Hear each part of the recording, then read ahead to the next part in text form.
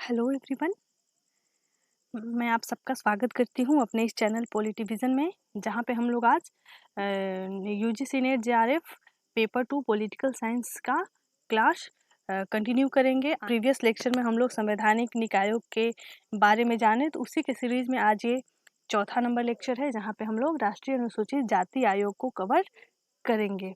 Dear student, lecture आगे करने से पहले मैं आप लोगों को एक महत्वपूर्ण अपडेट दे दूं कि बहुत दिनों से हम लोग अपना क्लास पोस्टपोन कर दिए थे, क्लासेस नहीं हो रहे थे, कोई भी वीडियो सब्जेक्ट के नहीं बन रहे थे। लेकिन अब से आपको डेली बेसिस पे सब पॉलिटिकल साइंस पेपर 2 और पेपर 1 के वीडियोज आपको मिलेंगे, क्योंकि धीरे धीरे जो लॉकडाउन है वो खुल रहा है, तो पॉसिबिलिटी है कि आने वाले 1-2 मंथ में एग्ज़ाम होंगे। मे बी ज़्यादातर चांस है कि जुलाई और अगस्त में एग्ज़ाम कंडक्ट करा लिए जाएं।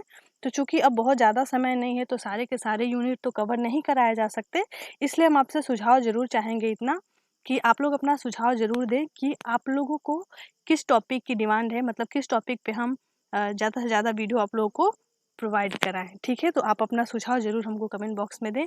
ये था महत्वपूर्ण अपडेट। अब आइए हम लोग चलते हैं। तो आज का जो टॉपिक है, जो हम लोग पढ़ने वाले हैं, वो है एक संवैधानिक निकाय के बारे में, क्योंकि प्रीवियस लेक्चर में हम संवैधानिक निकाय को ही कवर कर रहे हैं।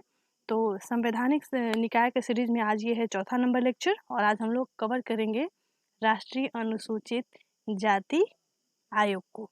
डियर स्टूडेंट, आपको पता ही है कि संवैधानिक निकाय हम उन्हीं को कहते हैं। संवैधानिक जो बॉडीज़ हैं वो वही हैं जो हमारे मूल रूप में संविधान में मौजूद हैं।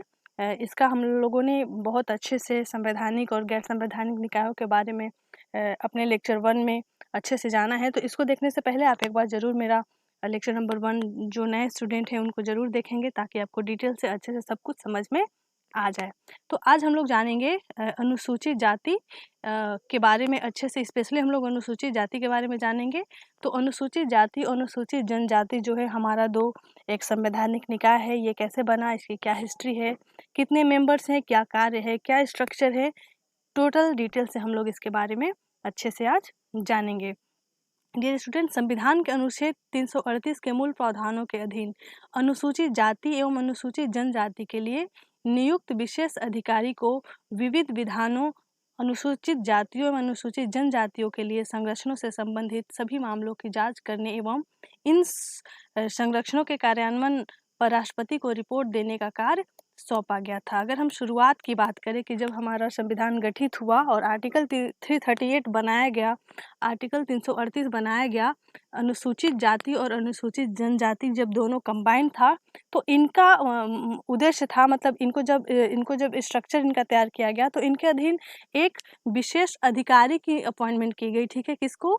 एक विशेष अधिकारी की अपॉइंटमेंट की गई अनुसूचित जाति और अनुसूचित जनजाति के सभी मामलों को देखने के लिए। तब क्या होता था, एक मतलब अधिकारी होता था जो ये दोनों का क्या होता था, हेड होता था। उस समय इसका सेपरेशन नहीं हुआ था। ठीक है, तो ये दोनों अनुसूचित जाति सहित अनुसूचित जनजाति के सभी मामलों को, चाहे वो सामाजिक हो, आर्थिक हो, सुरक्षा संबंधित मामले हो, उनके अधिकार संबंधित मामले हो, इन सारे मामलों को डिटेल से देखता था। क्या होता था, एक विशेष अधिकारी अपॉइंट करने का प्रावधान था।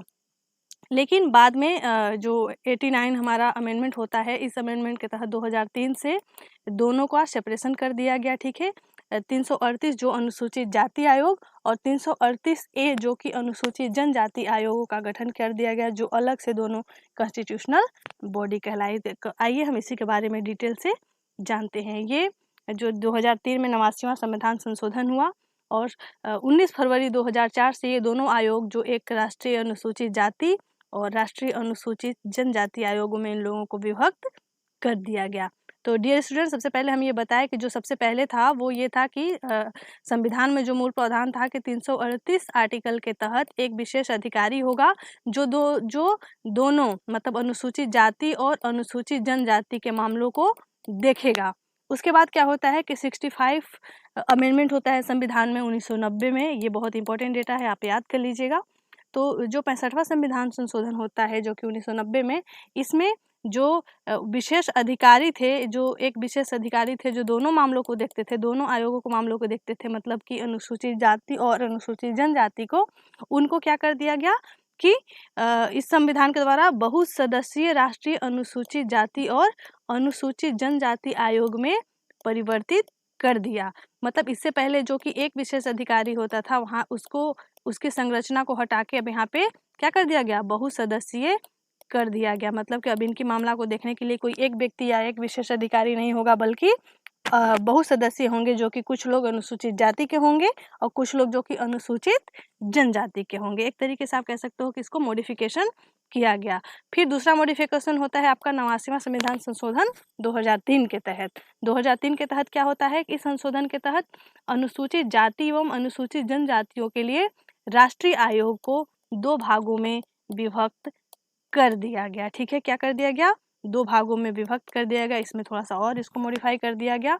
एक हुआ जो राष्ट्रीय अनुसूचित जाति आयोग, जो कि अनुच्छेद 338 है, और दूसरा राष्ट्रीय अनुसूचित जनजाति आयोग, जो कि 338A है। ठीक है, तो इसको 2 भागों में बांट दिया गया 89वां संविधान संशोधन 2003 के तहत। अब ये क्या हो गए कि 2 अलग अलग कॉन्स्टिट्यूशनल बॉडीज हो गए। इनको अमेंड करके अलग अलग राइट दे दिया कि नहीं, जो अनुसूचित जाति आयोग है ये अनुसूचित जाति के मामलों को देखेंगे, और जो जनजाति आयोग हैं ये अनुसूचित जनजाति के मामलों को देखेंगे। तो ये है आपका ब्रीफ हिस्ट्री, जो कि कैसे कैसे 338 से लेके मतलब 89वां संशोधन तक कैसे इनको 2 भागों में विभक्त किया गया। अब आइए हम लोग बात करते हैं अनुसूचित जाति आयोग की स्ट्रक्चर के बारे में, उसकी संरचना के बारे में।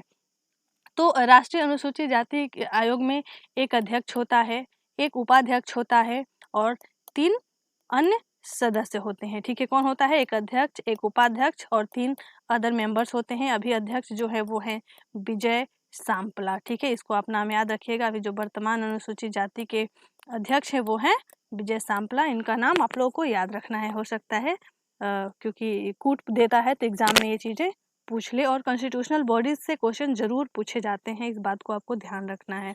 उनके कार्य, उनके अपॉइंटमेंट की प्रक्रिया से संबंधित क्वेश्चन अवश्य ही पूछे जाते हैं।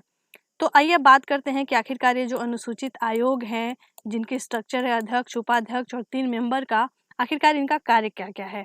तो इनका कार्य है अनुसूचित जाति के संबंधित जितने भी मामले हैं उनके निगरानी और संविधान के तहत अनुसूचित जातियों के लिए उपलब्ध कराई गई सुरक्षा उपायों के बारे में सभी मुद्दों की जांच करना। मतलब जो संविधान अनुसूचित जाति को जो भी सिक्योरिटी प्रोवाइड कराता है, चाहे वो एजुकेशनल हो, शैक्षिक हो, सामाजिक हो, आर्थिक हो, उनकी मुद्दों की सभी पहलुओं को इन्वेस्ट करना, जांच करना और अनुसूचित जाति को उनके अधिकारों और सुरक्षा उपायों से वंचित करने से संबंधित शिकायतों के मामले में पूछताछ करना। ठीक है, कोई भी अगर अनुसूचित जाति का है, उनके अधिकार का कहीं पे हनन हुआ है, अगर वो कंप्लेन करता है तो उनकी शिकायतों को क्या करना, जांच करना, उसके संबंधित पूछताछ करना।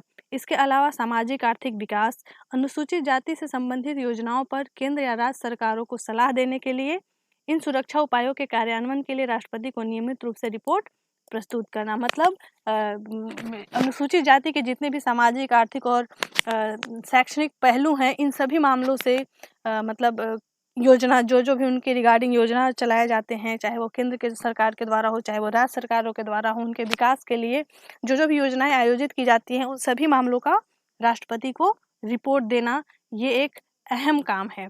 इसके अलावा अनुसूचित जाति के सामाजिक आर्थिक विकास और अन्य कल्याणकारी गतिविधियों को बढ़ावा देने के लिए उठाए जाने वाले कदमों की सिफारिश करना। जो अनुसूचित जाति के आयोग हैं, आयोग मेंबर्स हैं, वो और भी क्या इनोवेशन चाहते हैं, क्या मॉडिफिकेशन चाहते हैं और अपने लाभ के लिए क्या क्या चीज़ें चाहते हैं, इन सारों के बारे में क्या करना, सरकार से सिफारिश करना। इसके अलावा सामाजिक अनुसूचित जाति के सामाजिक आर्थिक विकास और अन्य कल्याणकारी गतिविधियों को बढ़ावा देने हेतु उठाए जाने वाले कदमों की सिफारिश करना और सुप्रीम